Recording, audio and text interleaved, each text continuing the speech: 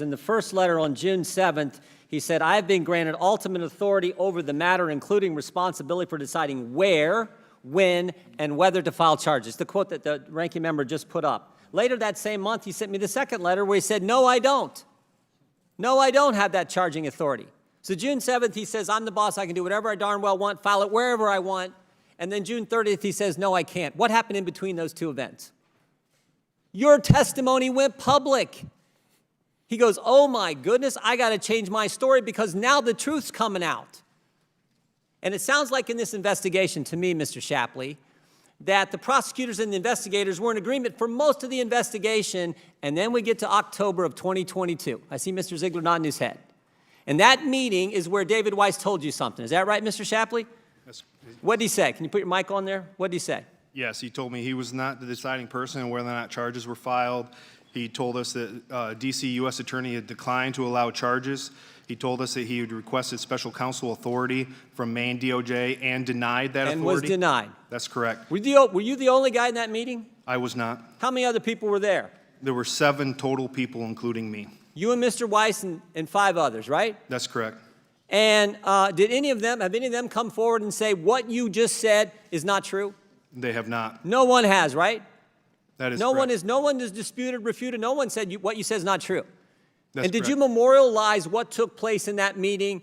Did you memorialize that? Yes, I did. That day when I returned home from the Delaware U.S. Attorney's Office, I put it in an email to the 2 senior executives at my agency. You put it in an email that day. That's correct. Contemporaneous when it happened. I got the email here. It's Exhibit 10 in your testimony when you were interviewed by the Ways and Means Committee, October 7th, Friday evening, 6:09 p.m. That email, right? That's correct. Sent to Mr. Walden and Mr. Batdorf. Who are those individuals?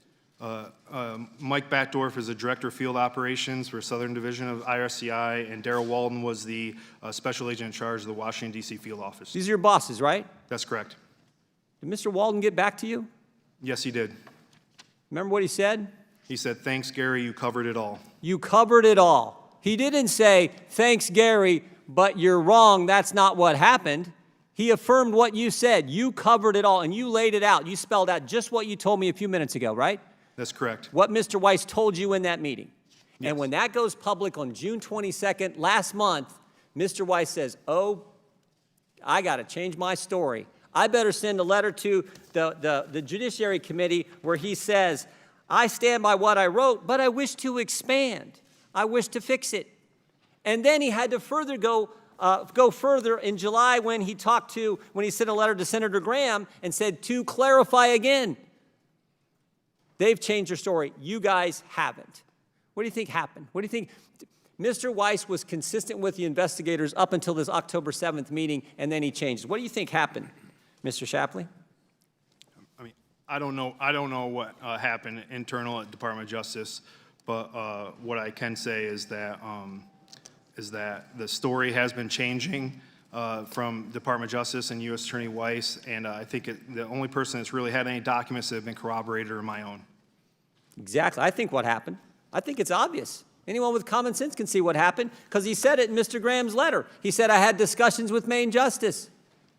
I had discussions with the folks, the Deputy Attorney General, the Attorney, whoever it was, I don't know, but he had discussions with the people at Maine Justice, and suddenly things change. And that all became evident on October 7th. And until October 7th, the investigators, to Mr. Raskin's point, the investigators and the prosecutors, they were in agreement. Here are the facts. Here's how we do it. Here's how we've always done it. We got the 2 best agents in the place on the case. Let's go. And then shazam, something changes. And I think it's what Mr. Weiss conveyed to Senator Graham when he said, I had discussions with folks at Maine Justice. We don't know what were in those discussions, but it looks pretty obvious what happened. Looks pretty obvious. Initially, everyone was pounding their chest. David Weiss has complete authority. Now, suddenly, he doesn't. He doesn't, because you guys came forward and told the truth. I yield back. Chair now recognizes Mr. Lynch from Massachusetts.